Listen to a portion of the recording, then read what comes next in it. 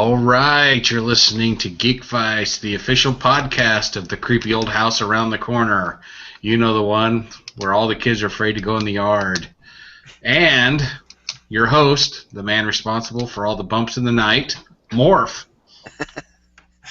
Good evening, everyone, and welcome to Geek Vice, episode number 71, a podcast by two geeks just trying to be heard in a world now flooded with geeks. I'm Morph, your bartender for the zombie apocalypse, and that man over there is Kip, a man boldly going from the couch to the kitchen and back again. Good evening, Kip. Good evening, sir. How you doing? How you drinking? Better now. I got alcohol in me. So, it's just been one of those days. A little alcohol doesn't hurt anybody. Apparently. Let's just go with that. That's our story to tell. Yeah, and so what do you got for us tonight, Mr. Kip? What did you do over this last week?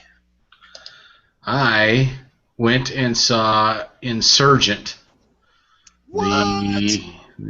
The sequel to Divergent, also the name of the second book in the series, and it was in 3D. Don't know why.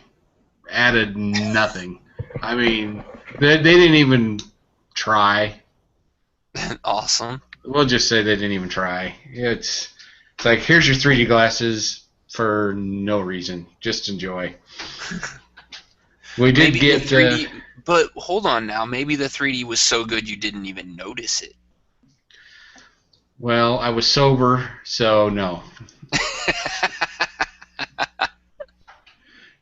Yeah, I really, usually when you see a 3D movie, there's a part, at least one, maybe two, where you're like, oh, that is just freaking awesome. Not in this movie. There was nothing. It was like, oh, here, look, the grass is kind of in 3D, and hey, there's these lights hanging there. There, you could kind of say they're in 3D, and oh, she's hooked up to all these hoses, and they're kind of in 3D, but added nothing. Zero effect gained. Other than they got an extra, like $10? Yeah, the tickets were $15 a piece, so so I don't know what it added. But we see it at AMC theaters, and they have the prime seating. Yeah. Which basically means you get to sit on a subwoofer while the movie's going. As my friend put it, you get a butt massage while you watch the movie. There's nothing wrong with that. That works. They gave us a sheet of temporary faction tattoos. I immediately gave those away. But enough about the pre-movie stuff. The movie, kind of disappointing, I have to say. Well, but this is the second in a trilogy, right? That is correct, and usually the second in a trilogy is somewhat of a downer. Yeah. But apparently it's been a departure from the book, and the movie ended where the book didn't go.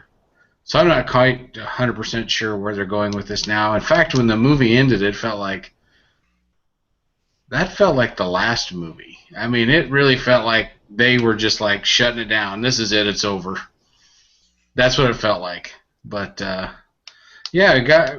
was one of those movies. The script was fine. The acting was fine. The sets were great. The story was paper thin. And you walked out of there going, disappointed. Just disappointed. You've been to the movie theater where you watch a movie and it wasn't that great and everybody just kind of walks out silently?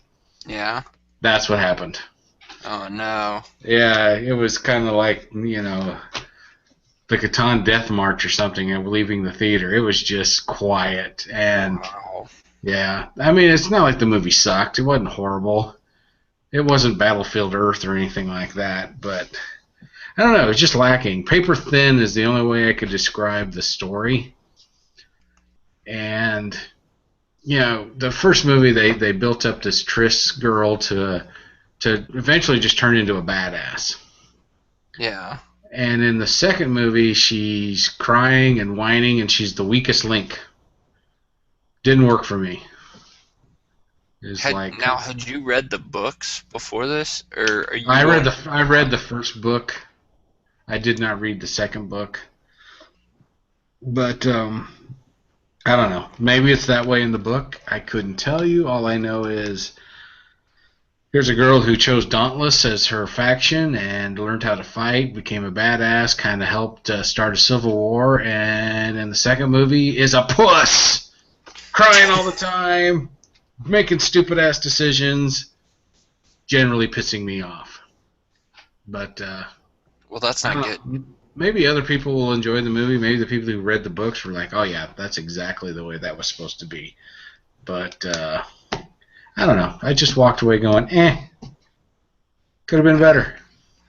That's, you know what? This seems to be a common theme among these new movies that they're making off of, teenage angst books. I don't know, I call it the Twilight, the Divergent, what's the other one? Mockingbird, Mockingjay, Hunger Games. Hunger Games.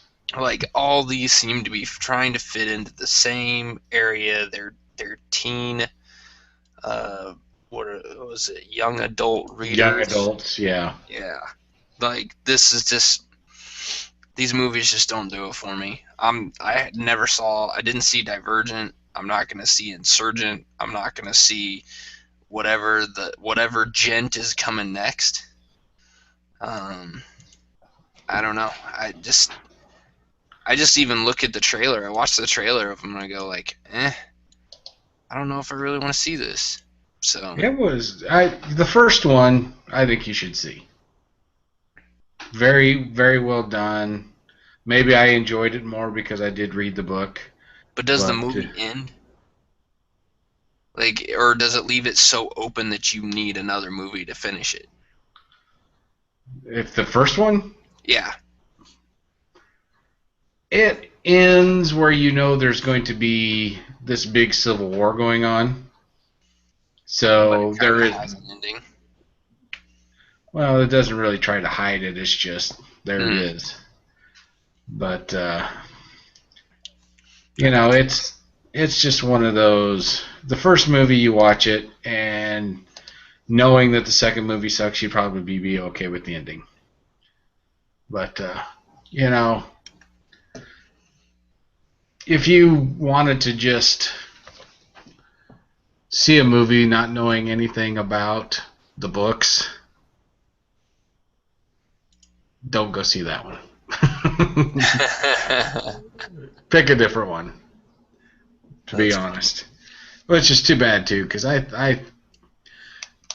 said, the first book was really good. I like Shailene Woodley, and, all that has worked for me in the past, but not this time. Not this time. Well, Metacritic has this new one is a 42. Out of... I believe that's 100. Yeah. It's based off of 39 critics. Yeah, I'm not surprised. It's so bad that I'm not even sure nudity and a sex scene would have saved it for me. Which is the first one, Divergent, got a 48. I thought it was better than that. Yeah, the user scores is a lot higher for the new movie, but that could just be that it's, the first movie was a 5.9 off of 416 ratings, and the second movie is a 6.2 off of 64 ratings. So they seem to be falling right in line. I would say that those are pretty similar based off of the fact that there's only 60 people compared to 400 some people. So I'm going to guess as this second movie gets seen a lot more, that number is going to drop. Yeah.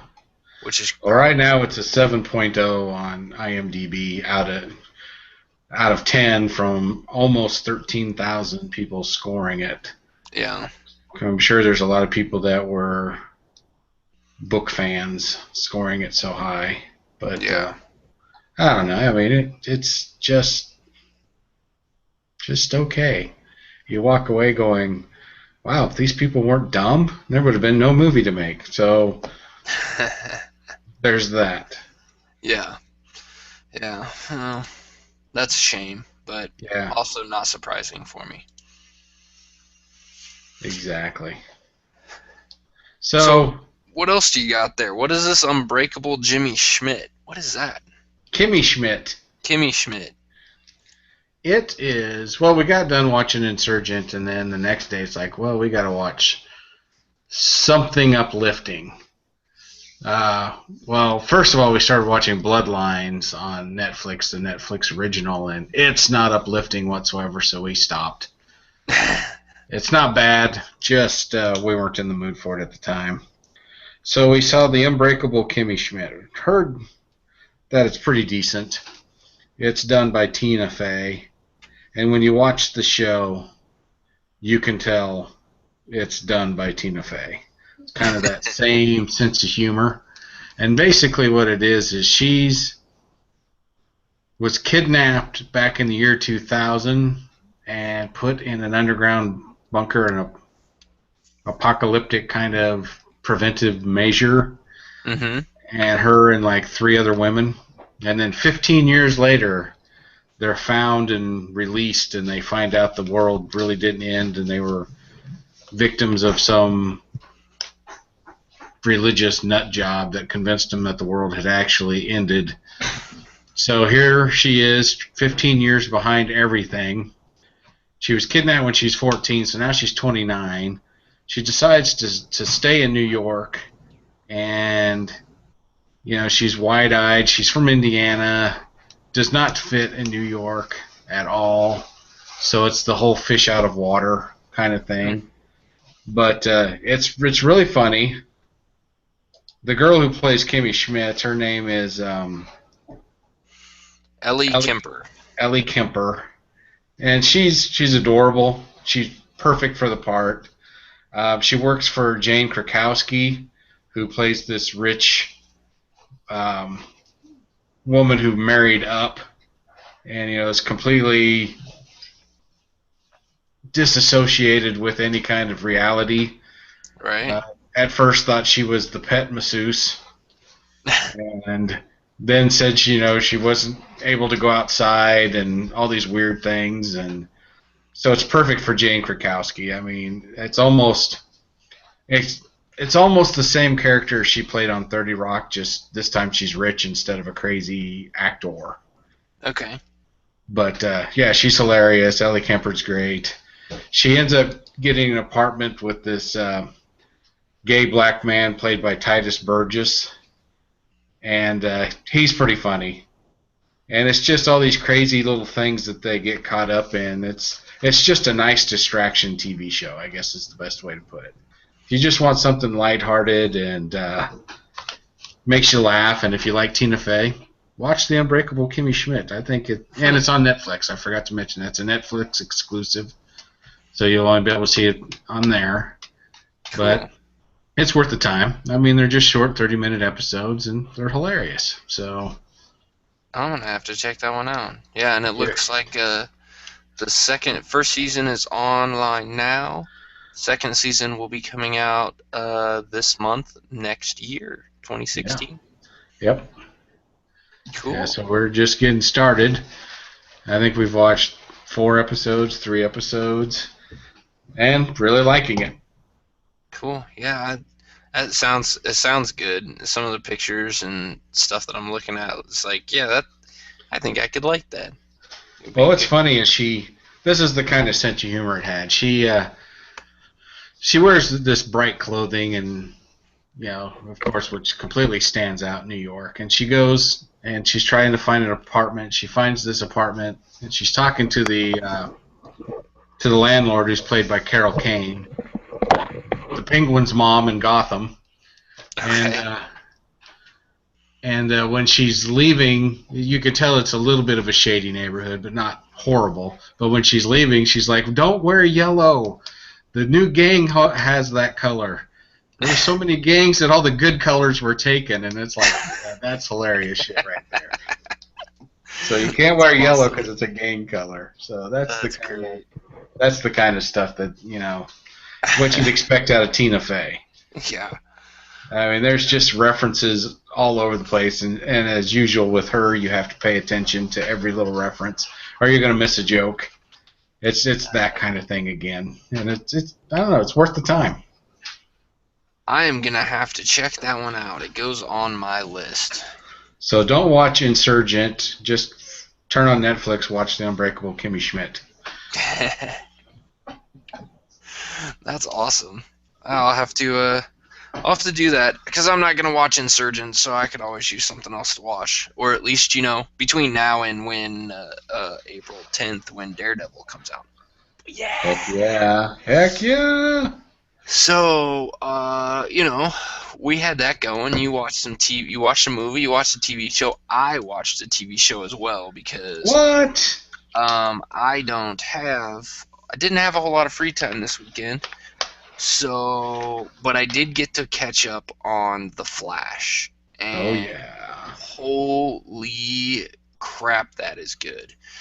I'm just going to say right now that if you haven't seen The Flash, hit pause, go watch the episode number 15, Out of Time, and then come back and hit unpause. So here's your chance to hit pause. In 3, 2, 1, hit pause.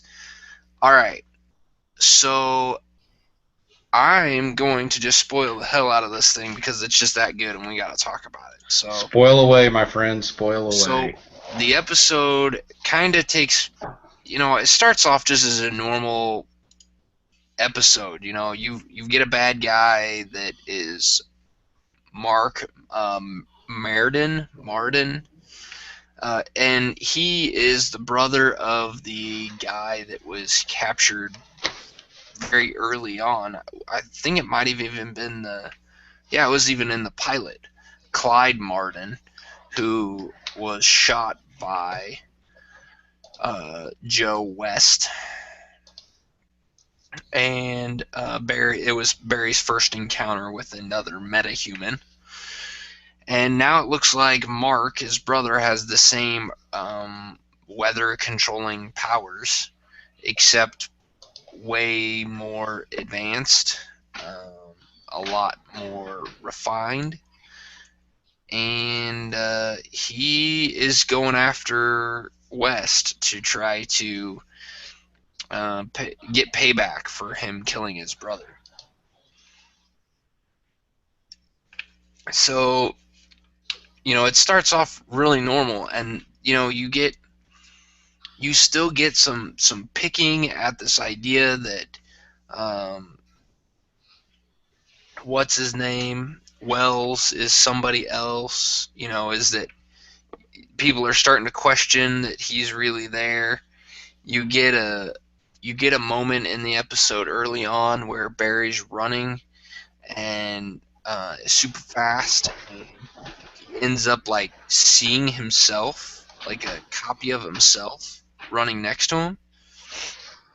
So it's kind of interesting. You're like, whoa, what's this? What's going on here? But nothing's really out of the ordinary until finally Joe almost gets killed. Barry has to save him. Things start falling apart left and right. And now all of a sudden Cisco is really starting to question whether or not Mr. H.G. Wells is who he says he is. And I guess nobody figured out H.G. Wells, huh? Yeah, I'm gonna guess not. So it's kind of interesting the way they do this, the way they've built this all up, and then you get hit with big, earth-shattering changes that are going to change this TV series completely. I mean, it's got this thing all kinds of twisted now. Cisco figures out that H.G. Wells is really Edbard Thawne, who is some distant relative of Eddie Thawne, Joe West's partner. You get Barry trying to save Iris and having to expose the fact that he is the the Flash, and Iris ends up telling Barry that she loves him, and that and then the episode ends. You missed the biggest part. Oh, you mean the part where the Reverse Flash kills Cisco? Maybe that's the part I was referring to. Man, what? I I still question. I don't understand. I hope that there is a way this doesn't really happen. I don't know. It's a bummer because I really like Cisco's character. I like the comic relief that he brought into it. I like the smarts that he brought into it. Um, I don't know. I really like that character, and it's kind of a bummer that he's. I don't. It is a comic book movie though. Nobody dies forever in a comic book movie. But That's what I'm clinging to because he was one of my favorite characters, and it would be a shame if he didn't get to come back. yeah, I would agree. And I'm also a little bummed that the I made usually I get a couple episodes behind and then I watch 2 episodes in a row. This is one that I wish I wouldn't have watched when I did and waited till tomorrow when the next episode comes out to watch them back to back, because Yeah. I really want to know what's going to happen here. I mean, uh, at this point, I even forgot her name. What's the chick's name that works with Cisco? Caitlin? Caitlin. Caitlin's basically figured it out now because she was having breakfast with Wells, and then all of a sudden she turns around and he's gone and his wheelchair's still there. So she's figured out that there's something going on, and Yeah, how's he going to hide it? Because now Cisco's dead, and the whole reason she was hiding or keeping him at the coffee shop was so Cisco could do some snooping. So yeah, he's yeah, basically gonna have to. I mean, I honestly, this feels more like a season finale than it does just episode 15, and there's still, you're still looking at 7 episodes left before this season's over. yeah, exactly. I So if this isn't the season ender, which it's not, some more crazy shit's coming. Yeah, I mean, this is, whew, I have no idea what's gonna go on here. So this, man, if you guys aren't watching The Flash, you need to be watching The Flash. Yeah, and don't get too close to Cisco because he goes away. Oh man, that's Yeah, the whole time we were watching that episode, the guy who could control the weather and killed the guy with the hail. The whole time we're like, man, I know I've seen that guy in something else. He was in Spartacus. Oh really? Yeah. War of the Damned. It's like, that's where I know that face. Yeah, that's man, it's, what are you gonna do now? For, I guess, those of you that um, uh, I would try to, when I found out who the Reverse Flash was, Wells says that his real name's Yard Thorn. I had to do a little Google search to figure out who that was. I knew that I had heard that name before when I was looking through the Reverse Flash stuff. And, yes, that is one of the Reverse Flash people. And he's related to Barry Allen, at least in some sense. But, man, it's a convoluted mess of crisscrossing family tree that I'm pretty sure is illegal in most states. But we'll just push that aside because this is a TV show and they can do whatever they want and they're going to tell us what's actually real and what's not. But man, this is definitely cool to see what they're going to do here. I'm excited to see where they go from here. You know, if they're going to do stuff like this in the middle of an episode or middle of a season, I can only imagine the kind of stuff that they could throw in this in seasons 2 and 3 and 4 and forever and ever and ever down the road on this thing. Because, man, they've got me hooked. I'm in. Yeah, me too. I liked the show from the beginning, and it just seems to be getting better and better. And now it's just getting crazy good. It's got me hooked where Gotham has not gotten me hooked. So, just saying, There you have it. This is the way. This is what I like. So bring it on. So what else?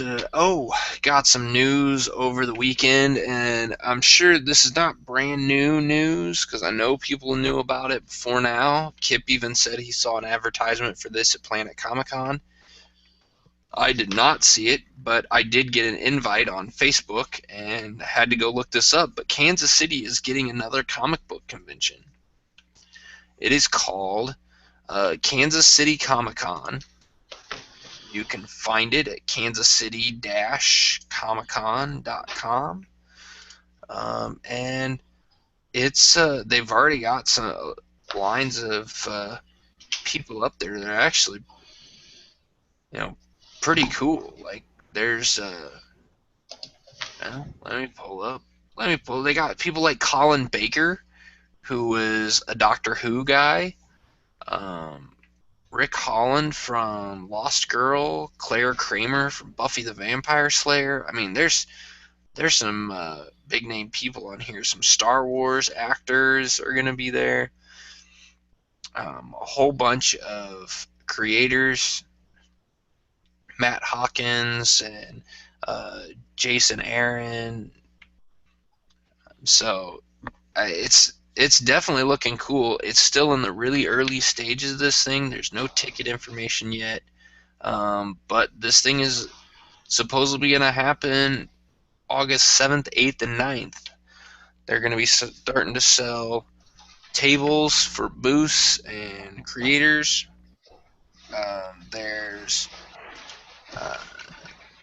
So hopefully we'll start seeing some ticket sales here, or ticket information coming up. It's going to be at Bartle Hall again. I recommend people go check this out. Support these guys out. Anybody who can try to put together another comic book convention in Kansas City, I say go for it. Heck yeah, might as well. Yeah. Yeah, so far I don't recognize any of the guests. But really? Even though, yeah.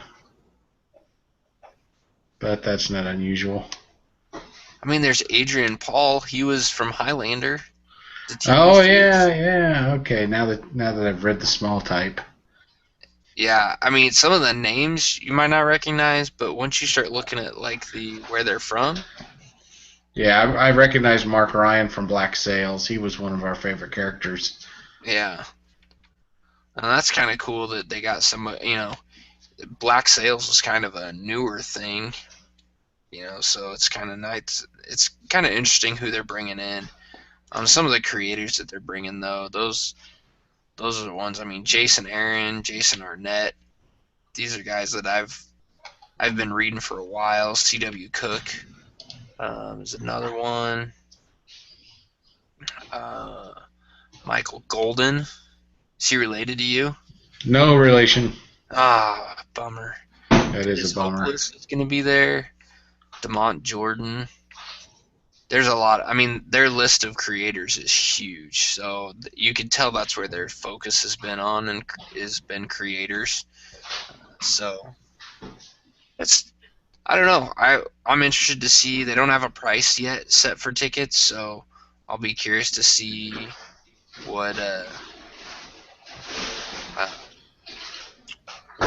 the cost runs and how many more people they bring in. I might end up making an appearance at this, or I don't know. We'll just have to see.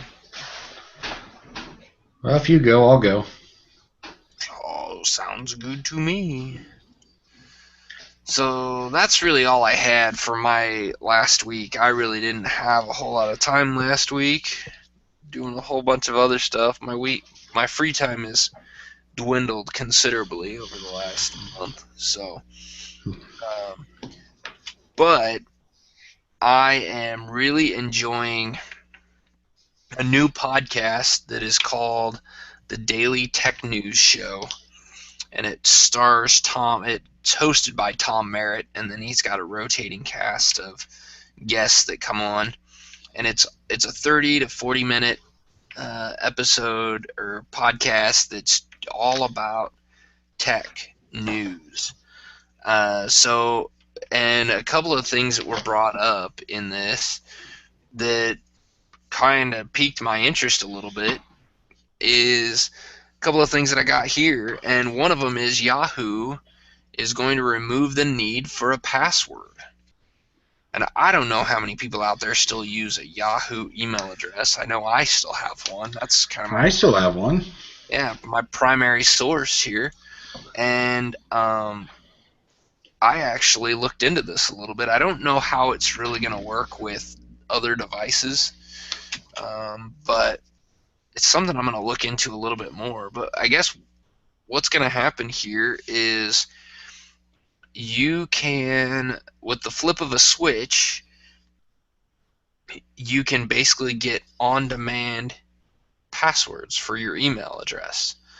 So it's going to start with emails, and then I think it could be spreading out, and it's similar to the two-step verification that a lot of websites use, where you log in, then they send you a text message with another code. You put that code in, and it verifies that it's you.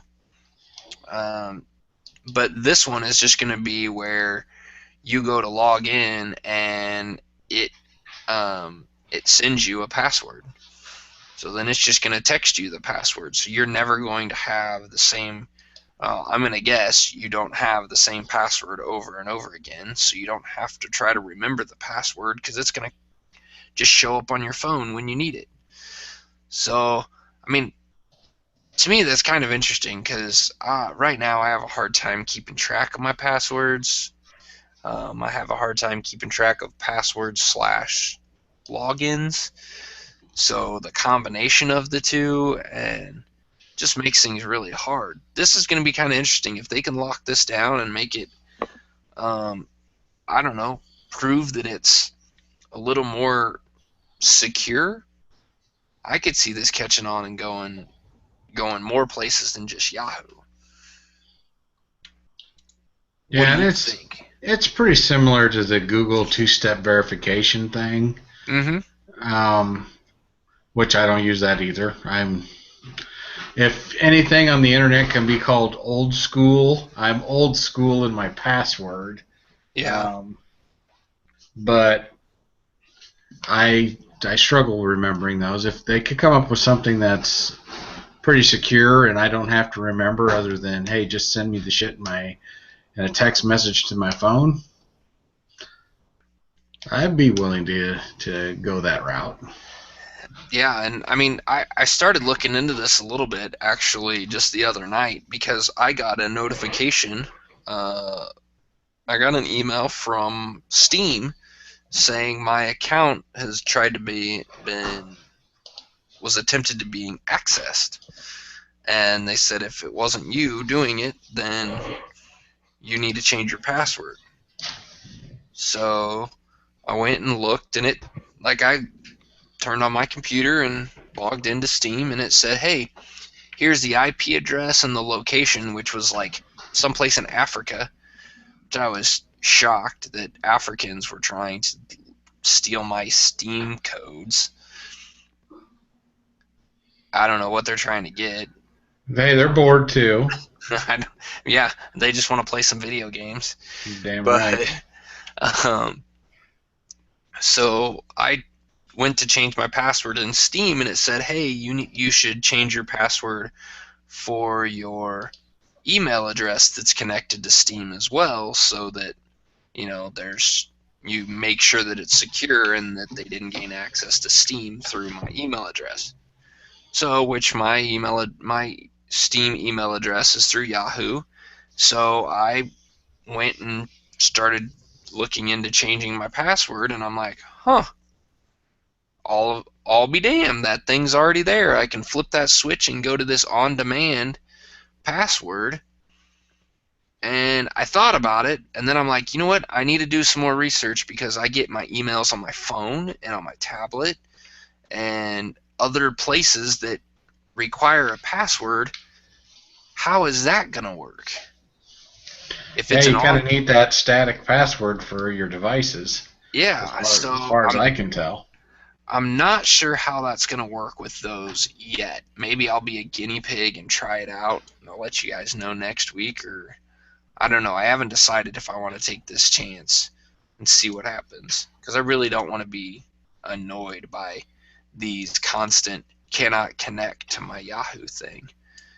But it could also be similar to the two-step verification, which I do use for both my Gmail account and my Yahoo account, and in the sense that for my phone, I have to tell it, hey, I need a password, a static password, because my phone, phone like apps and that kind of things that access anything with two-step verification, it can't do that two-step verification. So that gives it a static password, which is way complicated. So I'm glad they only make you do it, put it in once. But maybe that's the idea. Maybe that's what they'll do for this on-demand password. I don't know. Well, they got to do something, because the static password can just be broken by just pure brute force. So something's got to, security-wise, something's got to turn the tide. Maybe it is this two-point verification or two-step verification, whatever you want to say. Mm-hmm. But I don't know. Be curious if you do try it. I'd be curious to see what your experience is like. Like you, I've got email going to my phone, to my Kindle, to whatever I can connect the damn thing to. Yeah. So I mean, maybe I will just have to give it a try and see what happens, since it is available now. But for anyone else, for anyone who has tried it, maybe you guys can shoot us an email at geekvice@gmail.com. Let us know what you think. Let us know how you got it to work, and if you think it's worth it. Maybe it's the process we're going to. The last story that I got on here, I actually heard today, but I know that it was from a podcast that came out last week, so it's kind of old news, but not that old. But Microsoft has announced that Windows 10 is going to be a free upgrade for all Windows 7 and Windows 8 users. And that makes me very happy, because I'm a Windows 8 user and I hate it. And that's basically what it's come down to, is Windows 7 or Windows 8 users have complained about Windows 8 for so long, or complained enough that Windows 7 users are not upgrading to 8, and so I think they're and in kind of the mix of all that, Apple said they're going to give away their next operating system for free. So I think Microsoft has said, we're going to need to do the same thing.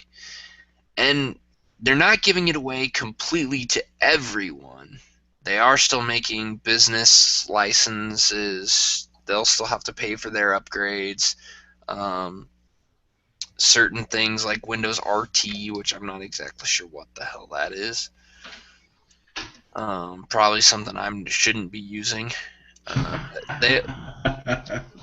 And your Windows 8 Enterprise series, all your enterprise series are gonna still have to pay for an upgrade. But your normal users like you and me, they will get this upgrade for free. I'm sure Toshiba did something to mine. It's gonna fuck me in the end, but well, and it's kind of interesting, they in the podcast that I heard this on, they were talking about it, and they kind of brought up the point that Microsoft might actually be learning a little bit here in that, hey, we'll give this operating system away for free, but then people are still gonna want to buy Microsoft Office. They're still gonna want to buy. Hopefully, they'll spend that money then on Google Drive, or no, what is it, OneDrive, I think is Microsoft's thing. Their cloud storage. that sounds right. Hell, I don't know anymore. Yeah, I've got so many damn things I can't keep anything straight. I know. Microsoft OneDrive is their cloud storage. Some of these other things that they have that are kind of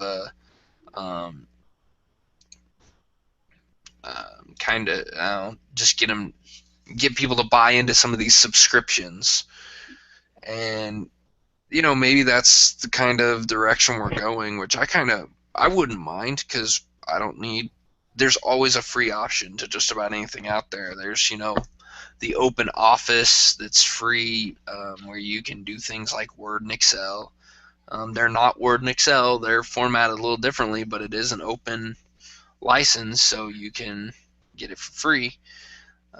There's things like Dropbox that are free, and Google Drive that are free to a certain amount, and so there's always free options. So if they're going to give away Windows for free, I'm all for it, because it's going to save me some money in the end. It might also make computers a little cheaper, because I'm pretty sure having the extra $150 it costs to get an operating system on there gets thrown right onto a new computer as well. So, especially anymore where they don't let you just take the copy from the last computer and put it into a new one.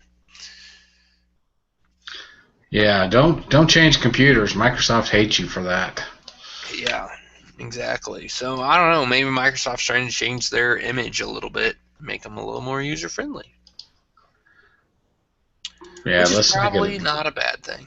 Yeah. The other I don't want to get my hopes up. Yeah. The other interesting thing that I saw, or that I heard on this podcast, was that Microsoft is going to they're giving away this to everybody, this Windows 10, but they're also going to, in Japan and China, they're even going to give away free copies of upgrades to Windows 10 to people who own pirated copies of a Windows OS. I find that awesome. I find it kind of almost a little sneaky, in the sense that, hey, we're going to get you to upgrade to this. You might be using a pirated copy of Windows XP or Windows 7, but we're going to give you now this Windows 10 that's not pirated, and maybe we can keep an eye on you a little bit more and stop you from pirating other stuff of ours. It's kind of a curious idea, and I'll be I'm sure somebody's going to hack Windows 10, but if you're getting it for free, what's that going to do to the pirated market? Are you really going to need to go download a pirated copy of Windows 10 if you can just go get an authentic copy for free and not have to deal with hacking and all that stuff? Unless you want a brute force, business edition, I guess. Yeah. I don't know. I'm hoping they put, what is that? Oh, man. I want to say Windows Media, but that's not right. But it enables me to share my computer with my Xbox.